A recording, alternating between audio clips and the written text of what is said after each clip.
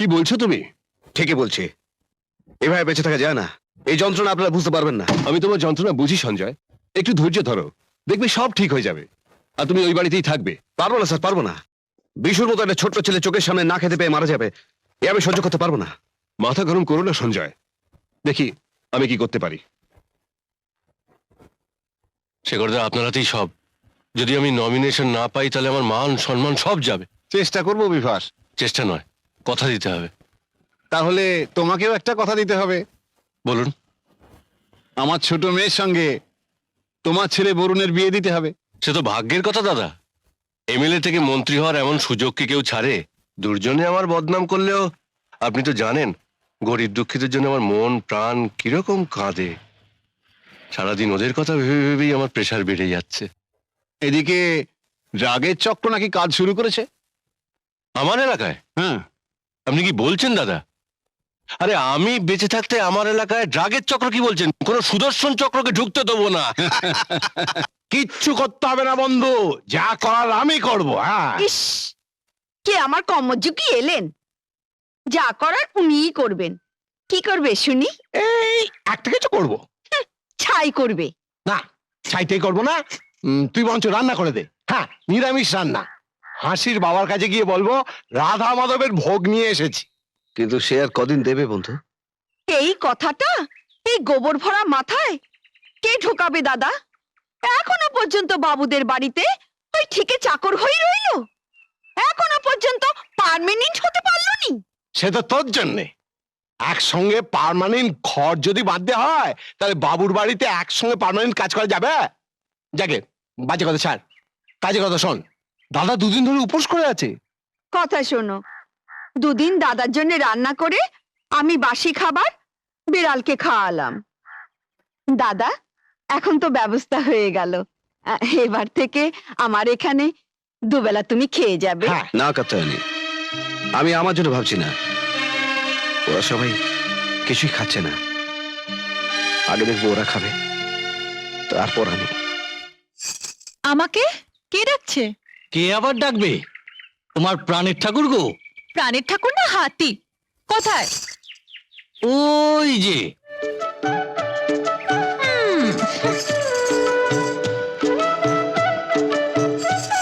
কি দেব নাকি চাকাটা ফুটো করে? তুমি প্রাণের ঠাকুর কবে হলে? হ্যাঁ, আরে বাবা, প্রাণের ঠাকুর হতে গিয়ে কপাল ফুটো হয়ে যাবার জোগাড় হয়েছে, সেটা কি জানো? কেন, কি হয়েছে? মা তোমায় দেখতে এসেছে। আমাকে কেন? ছেলের বউ হবে, কেমন মেয়ে হবে একবার দেখবেন না? চলো, মা তোমার জন্য অপেক্ষা করছে। ইস, আমি এমনি এমনি পায়ে হেঁটে যাবো নাকি? তাহলে কি পালকি চড়ে যাবে নাকি? ওসব পালকি ফালকি আমি জানি না, আমাকে গাড়ি করে নিয়ে যেতে হবে ব্যাস। হ্যাঁ, ঠিক আছে, কিন্তু শুধু গেট পর্যন্ত, তারপর কিন্তু আমি আর নেই। হ্যাঁ, ঠিক চলো। আছে, চলো। আমার পিসি ওই গাড়িতে করে গেল না? তোমার পিসি না তো, যদ্দূর জানি ছোট বাবু তার বউকে নিয়ে চলে গেল।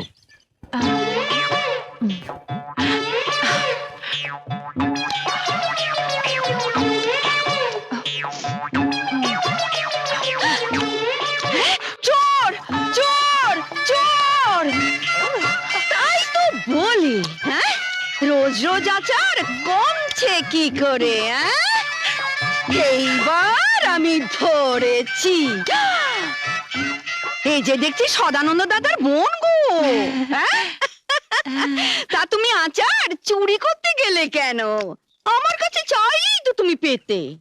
চাইবার সময় পেলাম কোথায়? আচ্ছা, দেখলি খেতে ইচ্ছে করে না? কি ভালো। কাত্যায়নী, কার সঙ্গে কথা বলছিস রে?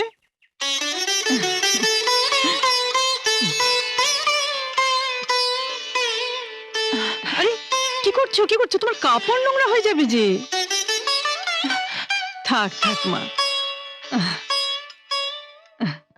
এ মা, আপনার হাতটা যে একেবারে নোংরা হয়ে গেল। কি করব বলো? ছেলের বউ যদি এরকম দোষী হয় তাহলে তো আমার হাত একটু নোংরা হবেই। দেখি।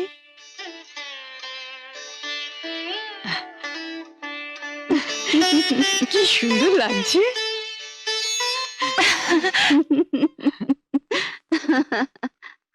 কি রে কাত্যায়নী, তুই এরকম হাঁ হয়ে গেলি কেন? আপনি কি সত্যিই ওকে? বারে, আমার বরুণ ওকে পছন্দ করেছে, আমি কি না বলতে পারি? তাছাড়া আমারও খুব পছন্দ হয়েছে, ভারী সুন্দর মেয়ে।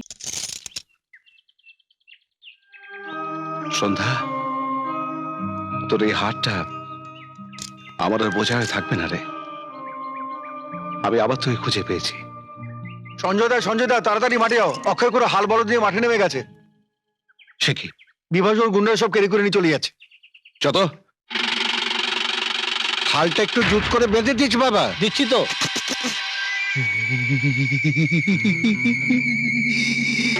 কালই আমরা আদালত থেকে হুকুম পেয়ে গেছি, এই জমিটা এখন আমার কর্তার, বলদটাও।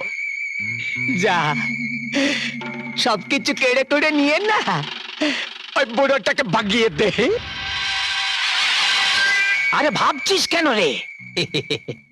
থানাতেও বলদটা খবর দিয়ে কথা আমার খবর দিয়ে রেখেছি। যা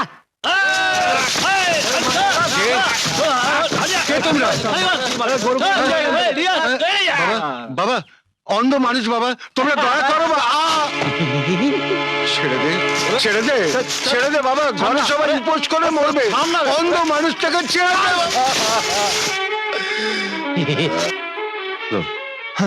তোকে ঠিক লোকের কাছে ঠেলে দিয়েছে, তোর ছেলেকে খুন করেছিল, এবার তোদের মারবে। তার আগে তোদের মেরে শক্তি পরীক্ষাটা করে নি। খুনিটা হাজির হয়েছে, এবার একটা খুনো শুরু হবে। চলো আমরা পালাই।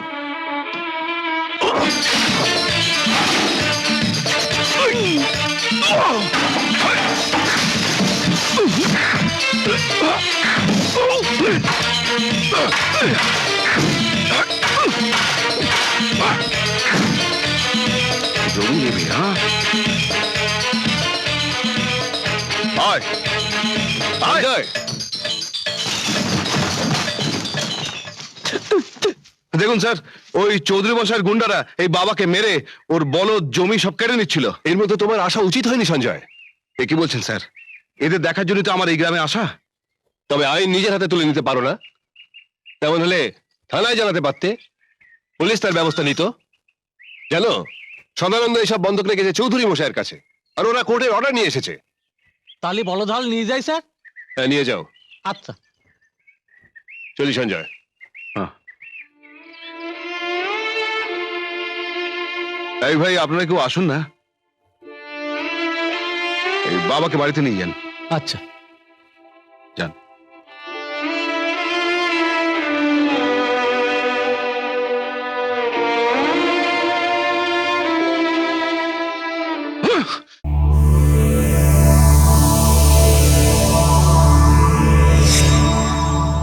এরকম আরো অনেক সিনেমা দেখতে হলে ডাউনলোড করুন ক্লিক অ্যাপ।